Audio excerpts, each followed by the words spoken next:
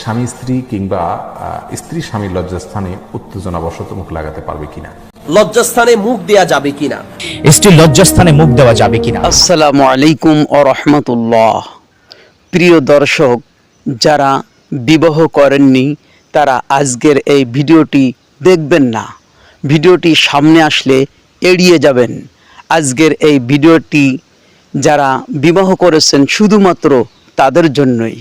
আজকের এই ভিডিওতে জানাবো স্ত্রী কি স্বামীর যৌনাঙ্গ মুখে দিতে পারবে, আর স্বামী কি স্ত্রীর যৌনাঙ্গ মুখে দিতে পারবে, জায়েজ আছে না নাই। দেশের গুরুত্বপূর্ণ আলেমদের আলোচনা শুনলে ইনশাআল্লাহ আমরা বুঝতে পারবো। এজন্য আজকের এই ভিডিওটি খুবই গুরুত্বপূর্ণ হতে চলছে, তাই ভিডিওটি না টেনে আপনারা দেখতে থাকবেন, মিস করবেন না, খবরদার। গুরুত্বপূর্ণ আজকের এই বিষয়ে আমরা কয়েকজন প্রিয় আলেমদের মুখ থেকে জানানোর চেষ্টা করব। আলেমদের মধ্য থেকে যাদের আলোচনা সহি কোরআন ও হাদিস মোতাবেক বুঝবেন সেটাই আপনারা গ্রহণ করে নেবেন। তাহলে প্রিয় দর্শক, চলুন সরাসরি আলেমদের মুখ থেকে আমরা শুনে আসি বা জেনে আসি। স্ত্রীর লজ্জাস্থানে মুখ দেওয়া যাবে কিনা। প্রথম কথা হচ্ছে, মুখ এটা হচ্ছে নাপাক না, এটা পাক একটা জিনিস। আপনি মুখ দিয়ে কিন্তু তাসবিহ করছেন, মুখ দিয়ে কিন্তু আপনি নামাজ পড়ছেন, এই মুখ দিয়ে কিন্তু আপনি আল্লাহকে ডাকছেন, এই মুখ দিয়ে আপনি কোরআন তেলাওয়াত করছেন, এই মাহে রমজানে তারাবির নামাজ পড়ছেন, এই মুখের মাধ্যমে আপনি কিন্তু 5 ওয়াক্ত নামাজে সূরাগুলো পড়ছেন। এত পবিত্র একটি জায়গা, এখানে ইসলামের মাসআলা হচ্ছে। বিষ্ণু ইসলামের কাছেও কিন্তু এই ধরনের প্রশ্ন করা হতো। আমার বিষ্ণু ইসলাম তখন সাহাবাদেরকে বলতে, ও সাহাবারা, এটা করার কোনো প্রয়োজন নেই, এটা খুব একটা ইম্পর্টেন্ট নয়।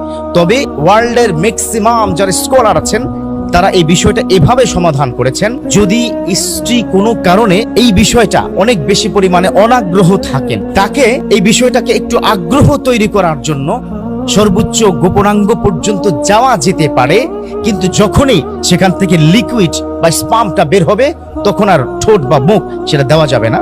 সেক্ষেত্রে ওয়ার্ল্ডের সব স্কলাররা একমত হয়েছে যে না, সেখানে মুখ দেওয়া আসলেই যাবে না, আসলেই অনুচিত। কারণ একটা পবিত্র জিনিস অপবিত্র জায়গায় যতটা না দেওয়া যায় ততটাই উত্তম। আর এই বিষয়গুলো ইদানিংকালে কিন্তু প্রশ্ন এসেছে। আমি ওই কারণেই পর্নোগ্রাফির কথা বলেছি আপনাদেরকে, যে পর্নোগ্রাফি দেখার কারণে আজকাল ইয়াং জেনারেশন, ইয়াং পিপলরা তারা কিন্তু এই কথাটা রাইজ করেছে, তারাই কিন্তু এই প্রশ্নটা করেছে। তবে প্রশ্ন করার ক্ষেত্রে কোনো অপরাধ নেই, জানা দরকার আছে। কারণ একটা ছোট্ট জ্ঞান না থাকার কারণে আপনার গোটা জিন্দেগি আপনি ভুল করছেন, কন্টিনিউ করছেন ভুলটা। সো আমরা ইসলাম থেকে যেটা জানলাম, স্ত্রীর লজ্জাস্থানে মুখ দেওয়া হয়তো কিছু কারণে যেতে হতে পারে যদি তিনি অনাগ্রহ তৈরি হয়। তবে সেখানে লিকুইড বা স্পাম যদি বের হয়, এই ধরনের যদি আপনার কাছে মনে হয়, ডেফিনেটলি সেখানে মুখ দেওয়া জায়েজ নেই, যাবে না। না দেওয়াটাই ইসলাম সম্মত, এবং একজন প্রকৃত মানুষ কখনোই এই কাজটি করতে পারে না। আল্লাহ পাক আমাদের ইয়াং, বিশেষ করে ইয়াং কাপল যারা বা ইয়াং জেনারেশনদের বুঝার এবং মানার তৌফিক দান করুক, আমিন। লজ্জাস্থানে মুখ দেয়া যাবে কিনা। প্রিয় ভাই, মূলত এই মুখ দিয়ে আমরা আল্লাহ সুবহানাহু ওয়া তাআলার জিকির করি, তাসবিহ, তাহলিল ইত্যাদির জন্য এই মুখ আমরা ব্যবহার করে থাকি, এই মুখ দিয়ে তেলাওয়াত করি। এই জন্য এই মুখে লজ্জাস্থান নেয়ার উচিত নয়, লজ্জাস্থান নেয়া উচিত নয়। অনেক স্বামী এই ধরনের আবদার করে থাকেন, অনেক স্ত্রী এই ধরনের আবদার করে থাকেন, তো এইগুলো উচিত নয়। বাকি যদি কোনো স্বামীর আবদার হয় বা কোনো স্ত্রীর আবদার হয়, এখন সে আবদার পূরণ না করলে সে হয়তো বা খারাপ পথে চলে যেতে পারে, তো সেই ক্ষেত্রে আপনার এটা করতে পারেন। এটা সরাসরি হারাম হবে এমন কোনো দলিল নেই। যেগুলো হারাম সেগুলো হাদিসে নিষেধ আছে, কিভাবে কি কি করা যাবে না, সহবাসের ক্ষেত্রে কি কি করা যাবে না, স্ত্রীদেরকে কি কি কাজ, স্ত্রীর সাথে কোন কোন কাজ করা যাবে না, এগুলো নিষেধ আছে, এগুলো হাদিস দ্বারা প্রমাণিত আছে। কিন্তু মুখে নেয়ার ব্যাপারে কোনো নিষেধাজ্ঞা সরাসরি আসে নাই বিধায় আমরা এটাকে সরাসরি হারাম বলতে পারছি না। কিন্তু এই ধরনের কালচারগুলো মূলত এগুলো ইতিপূর্বে আমরা ছোটবেলায় বা আমরা আমাদের বয়স হওয়ার পরে, আমরা সাবালক হওয়ার পরে এমনটা শুনি নাই। ইদানিং এই ধরনের প্রশ্নগুলো বেশি আসছে, বোঝা যায় এই ধরনের কালচারগুলো ইদানিং শুরু হয়েছে। আর হতে পারে এগুলো অমুসলিমদের কৃষ্টি কালচার হতে পারে। এগুলো থেকে যতটা দূর সম্ভব বিরত থাকার চেষ্টা করাটাই উচিত হবে। স্বামী স্ত্রী কিংবা স্ত্রী স্বামীর লজ্জাস্থানে উত্তেজনাবশত মুখ লাগাতে পারবে কিনা, এটা ঘৃণ্য কাজ ইসলামী শরীয়তে। এটি আর কিছু না হলো মাকরুহ, কমপক্ষে হারাম সরাসরি না হলো মাকরুহ, অপছন্দনীয় কাজ। স্ত্রীর লজ্জাস্থানে মুখ দেওয়া যাবে কি না? প্রশ্নটা যদিও হাস্যকর মনে হচ্ছে, তবে এটা গুরুত্বপূর্ণ বর্তমান প্রেক্ষাপটকে সামনে রেখে। যে স্ত্রী লজ্জাস্থানে আপনি মুখ দিতে পারবেন কি পারবেন না, এবং স্ত্রীও তার স্বামীর লজ্জাস্থানে মুখ দিতে পারবেন কি পারবেন না। এটা আসলে অনেক পুরাতন প্রাচীন মাসালা, এটা নতুন নয়। যদি ফিতনাটা আমাদের কাছে নতুন মনে হচ্ছে প্রশ্নগুলো, ইমাম মালিক রাহিমাহুল্লাহর মত অনুযায়ী আল মুদাতুল কুবরা দ্বিতীয় খণ্ডে আছে, সম্ভবত পৃষ্ঠা নাম্বার 127, ইমাম মালিক বলেছেন এবং ইমাম আবু হানিফা রাহিমাহুল্লাহর মত যে স্বামী স্ত্রী একে অপরের যৌনাঙ্গে চুম্বন করতে পারবে। কি চুম্বন? জিহ্বা না টাচ করিয়ে, কথা বুঝতে পারছেন? চুম্বন করতে পারবেন। ইমাম শাফি রাহিমাহুল্লাহর মত, যদি কামের তীব্রতার কারণে যদি তাদের জিহ্বা লহন করে, এটা অবৈধ মাকরু হবে। কি হবে? মাকরু মানে ক্ষতিকর, এটা করা যাবে না। এটা হচ্ছে ইমাম শাফির মত। জিহ্বা লাগানো যাবে না, আবু হানিফা রাহিমাহুল্লাহর মত এবং মালিকের মত। কিন্তু ইমাম আবু হানিফা আর মালিক রাহিমাহুল্লাহ বলেছে তারা নিজেদের যৌনাঙ্গে যদি তারা তাদের কাম তীব্রতা করার জন্য চুম্বন করে, কিস করে, এতটুকু পর্যন্ত জায়েজ। কথা বুঝতে পারছেন? কিন্তু একদম জিহ্বা দ্বারা লহন করা, এটা পূর্ববর্তী ওলামারা এবং বর্তমান ওলামারা মধ্যে ইখতিলাফ মতভেদ করেছে। তাই মতভেদ যাই হোক না কেন, শেষ কথা এটাই যে এই কাজটা করা এটা অনৈতিক, এটা একজন ইমানদার ব্যক্তির জন্য কখনো শোভনীয় নয়, এটা করা থেকে বিরত থাকতে হবে। এটা পশুদের যে কামচরিত, পশুদের মতো এটা আচরণ, কিন্তু কেউ করে ফেললে এটা হারাম হবে, গুনাহ কাবিরা হবে, এর কোনো দলিল নাই। এটা বিন বাজ রাহিমাহুল্লাহ, শেখ সালেহ আল মুনাজ্জিদ এবং ইমাম আহমদ ইবনে হাম্বল বলেছেন, কেউ যদি জিহ্বা লহন করে ফেলে আর নাপাকি যদি তার ভেতরে না চলে যায়, কথা বুঝতে পারলেন? মানে খেয়ে না ফেলে, জিহ্বা পর্যন্তই ছিল, কুলি করে যদি ফেলে দেয় তাহলে বৈধ, আর যদি খেয়ে নেয় বা ভেতর চলে যায় তাহলে ওই অংশটুক হারাম হলো। কথা বুঝতে পারলেন? তাই এটা আরো খোলা খোলা মাসালা, এই বিষয়ে বলতে গেলে আরো অনেক লম্বা সময় লেগে যাবে। শুধু মাসালাগুলো আপনাকে বয়ান করে দিলাম। এটা ইমাম মালিকের আল মুদাতুল কুবরা দ্বিতীয় খণ্ডের 127 পর গুলোতে তিনি আলোচনা করেছেন। শুকরিয়া। মুনাদা বিনতুল হারিস যাওজান নবী সাল্লাল্লাহু আলাইহি ওয়াসাল্লাম আন্নাহা قالت وضعت لرسول الله صلى الله عليه وسلم وضوء الجنابه فاكفى بيمينه على يساره مرتين او ثلاثا ثم غسل فرجه ثم ضرب يده بالارض او بالحائط مرتين او ثلاثا ثم مضمض واستنشق ثم غسل وجهه وذراعيه ثم افاض على راسه الماء ثم غسل سائر جسده ثم تنحى فغسل رجليه فاتيته بخرقه فلم يريدها فجعل ينفض الماء بيديه। মাইমুনা বিনতুল হারিস ইনি রাসূলুল্লাহ আরেক বিবি। গোসলের কথা নবী সাল্লাল্লাহু আলাইহি ওয়াসাল্লামের দূরের লোক কি করে জানবেন যে কেমন করে গোসল করতেন না করতেন, ফরজ গোসল, তাই না? তা আয়েশা রাদিয়াল্লাহু তাআলা একটা বয়ান করলেন, আরেকটা হচ্ছে মাইমুনা রাদিয়াল্লাহু তাআলার হাদিস। নবী সাল্লাল্লাহু আলাইহি ওয়াসাল্লাম বিবি বলছেন যে ওয়াদাতু লিরাসূলিল্লাহ সাল্লাল্লাহু আলাইহি ওয়াসাল্লাম ওয়াদু আল জানাবাতি, আমি রাসূলুল্লাহ সাল্লাল্লাহু আলাইহি ওয়াসাল্লামের জন্য জানাবাতের গোসলের যে উজুর পানি রাখলাম। ওয়াদু উজুর পানিকে বলা হয়, উজু কাজটিকে বলা হয় ওয়ায়ে জাম্মাদি, ওয়ায়ে পেশ দিলে, আর ওয়ায়ে যখন ফাতা দিবেন তো উজুর পানিকে বলা হয়। এখানে আম পানির কথাই রয়েছে, কারণ তার সাথে গোসল করলেন।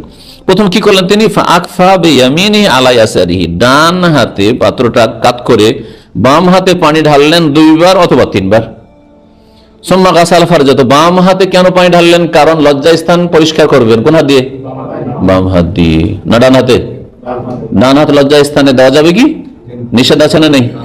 ডান হাত যদি লজ্জা স্থানে না দেওয়া যায় শরীয়তের বিধানে, তাহলে আজকাল ব্লু ফিল্ম দেখা মুসলিম যুবকরা, ফাসিকরা জিজ্ঞেস করে মুখে দেওয়ার কথা, আউযুবিল্লাহ। আর আমি কয়েকজন লোকের কথা শুনেছি এরকম, যারা মাদ্রাসা পড়ুয়া মুফতি, তারা ফতোয়া দিয়েছে যে বাধা কোথায়? গায়র ফাকি জাহিল, এগুলো মাদ্রাসা পড়েছে ঠিক, কিন্তু ফিকহ নেই, জ্ঞান নেই।